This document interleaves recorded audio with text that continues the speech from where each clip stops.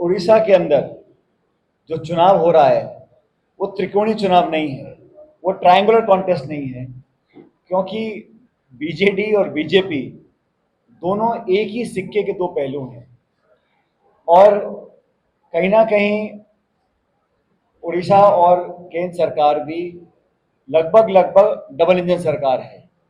5 साल तक बीजेडी ने लगातार समर्थन किया एनडीए की सरकार का, लोकसभा में, राज्यसभा में, सदन के अंदर, सदन के बाहर, और चुनाव से पहले वो लोग अलग अलग लड़ रहे हैं। ये एक रणनीति के तहत किया जा रहा है। मुझे लगता है कि मतदाता ये समझ गया है कि अगर हम बीजेडी को वोट दे रहे हैं तो वोट बीजेपी को लग रहा है। और ये बात आज जनता ने इस बात को हमको भी कहा जब मैं सभा को संबोधित कर रहा था। तो ये चुनाव कांग्रेस मजबूती से लड़ रही है, और मुझे खेद है कि इस देश में जो संवैधानिक संस्थाएं हैं, लगातार उन संस्थाओं को नीतिगत तरीके से कमजोर करने का काम किया जा रहा है। और मुझे बड़ा आश्चर्य है कि देश की सबसे बड़ी विपक्ष की पार्टी कांग्रेस है, चलते चुनाव के अंदर कांग्रेस पार्टी के बैंक के खातों को सीज किया जाता है। सुप्रीम कोर्ट ने इंटरवीन किया, तब जाके उसमें राहत मिली। प्रमुख विपक्ष की पार्टियों के आप खाते बंद कर दें, दो दो निर्वाचित मुख्यमंत्रियों को आप जेल में डाल दें, और निर्वाचन आयोग की जिम्मेदारी है कि एक लेवल प्लेइंग फील्ड हर पॉलिटिकल पार्टी को मिलनी चाहिए।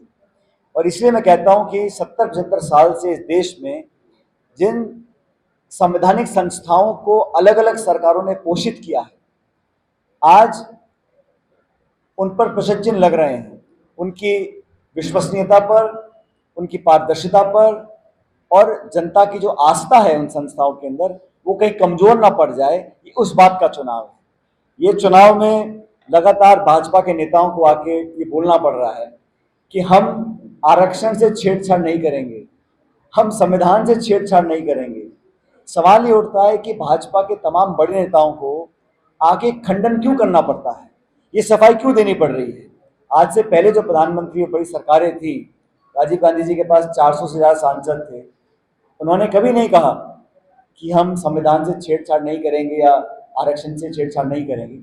ये भाजपा और उनके जो वायुमंडल है वहीं से ये बातें निकली हैं, और सरकार और सत्ताधारी दल के अंदर से आवाजें उभरी, सवाल उठे संविधान को लेकर, आरक्षण को लेकर। इसीलिए पॉलिटिकली बैकफुट पे आते हुए भाजपा ने अब खंडन किया है, और हम भी आरोप लगा रहे हैं कि कांग्रेस आ जाएगी तो क्या हो जाएगा। वेल्थ डिस्ट्रीब्यूशन की बात करते हैं। हमारे मैनिफेस्टो में स्पष्ट लिखा हुआ है कि हम गरीब परिवारों को आर्थिक मदद देना चाहते हैं, हम किसानों के जो फसल खरीद होती है एमएसपी पे कानून बनाना चाहते हैं, हम नरेगा का जो भुगतान है अभी 200-250 रुपये प्रतिदिन होता है, हम भुगतान को 400 रुपये करना चाहते हैं। 30 लाख पद खाली पड़े हैं, उन खाली पदों को, केंद्र सरकार के उन पदों को भरना चाहते हैं। तो हमारा मैनिफेस्टो बड़ा स्पष्ट है, ग्रोथ ओरिएंटेड है, जॉब ओरिएंटेड है, महिला, किसान, श्रमिक, उन लोगों के ध्यान को रखकर बनाया गया है। और मैं इतना कह सकता हूं कि जिन जिन राज्यों में भाजपा और कांग्रेस का सीधा मुकाबला है, उन तमाम राज्यों के अंदर कांग्रेस पार्टी की स्थिति बहुत बेहतर है। और जो हमारे गठबंधन है इंडिया अलायंस का, विशेष रूप से बिहार में, महाराष्ट्र में, बाकी राज्यों के अंदर हम लोग बहुत बेहतर करेंगे। 4 जून को मतगणना होगी, और मुझे लगता है कि ये बदलाव का चुनाव है। जनता ऊब चुकी है उन्हीं जुमलों से, उन्हीं आश्वासन और बातों से।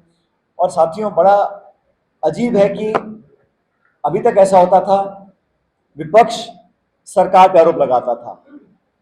पहली बार देखा है कि सत्ताधारी दल और सरकार विपक्ष पे आरोप लगा रहे हैं, कांग्रेस पे आरोप लगा। आज भी नेहरू जी को लेकर, इंदिरा जी को लेकर, राजीव गांधी जी को लेकर चर्चाएं की जाती हैं। 50 के दशक में क्या हुआ, 60 के दशक में क्या हुआ, लेकिन आपने इन 10 सालों में क्या किया, उसका कोई जवाब नहीं मिल रहा है। और दूसरी बात, भारतीय जनता पार्टी के जो हमारे साथी हैं, जब विपक्ष में थे तो तमाम आर्थिक नीतियों का विरोध करते थे। मैं आपको उदाहरण देना चाहता हूं। जब हमने बात की एफडीआई की, फॉरेन डायरेक्ट इन्वेस्टमेंट, रिटेल और डिफेंस में, उसका विरोध किया, आज समर्थन कर रहे हैं। मनमोहन सिंह जी की सरकार में मैं मंत्री था, हम लोगों ने डीबीटी, डायरेक्ट बेनिफिट ट्रांसफर चालू किया, उसका विरोध इन्होंने किया। हमने जीएसटी को चालू करना चाहा, उसका विरोध किया। हमने इंडिया यूएस न्यूक्लियर डील किया, उसका इन्होंने विरोध किया। WTO का विरोध करते थे, तो और स्वदेशी जागरण मंच तो बोलता था कि WTO से बाहर आ जाइए। तो तमाम जो आर्थिक मुद्दे थे, और ये Aadhaar card, unique identification number, broadband to the villages, IT revolution, telecom revolution, जिसकी आज ये सरकार बहुत बखान करती है, ये सब कांग्रेस की सोच की परिकल्पना का परिणाम है। इसलिए ये तो श्रेय लेना जानते हैं, लेकिन 10 साल में इतना बड़ा मुल्क है, बहुत संभावनाएं थी, और हम तो चाहते थे कि देश की जो जीडीपी ग्रोथ हो वो 9%, 10% हो, उससे बहुत कम हो पाई है।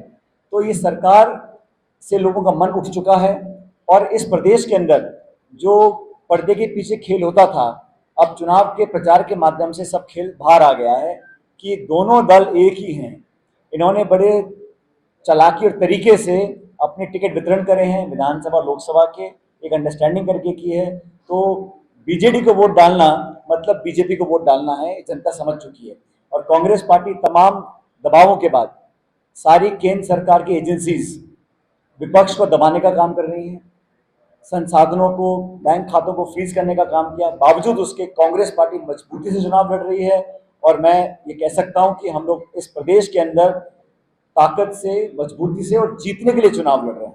इसलिए परिणाम हमारे पक्ष में आएंगे, और पहले से बहुत अच्छा प्रदर्शन कांग्रेस पार्टी करेगा विधानसभा में, और लोकसभा के अंदर जो इंडिया अलायंस को संख्या की जरूरत है बहुमत साबित करने के लिए, उतना संख्या बल हमको मिलेगा जब 4 जून को मतगणना हो।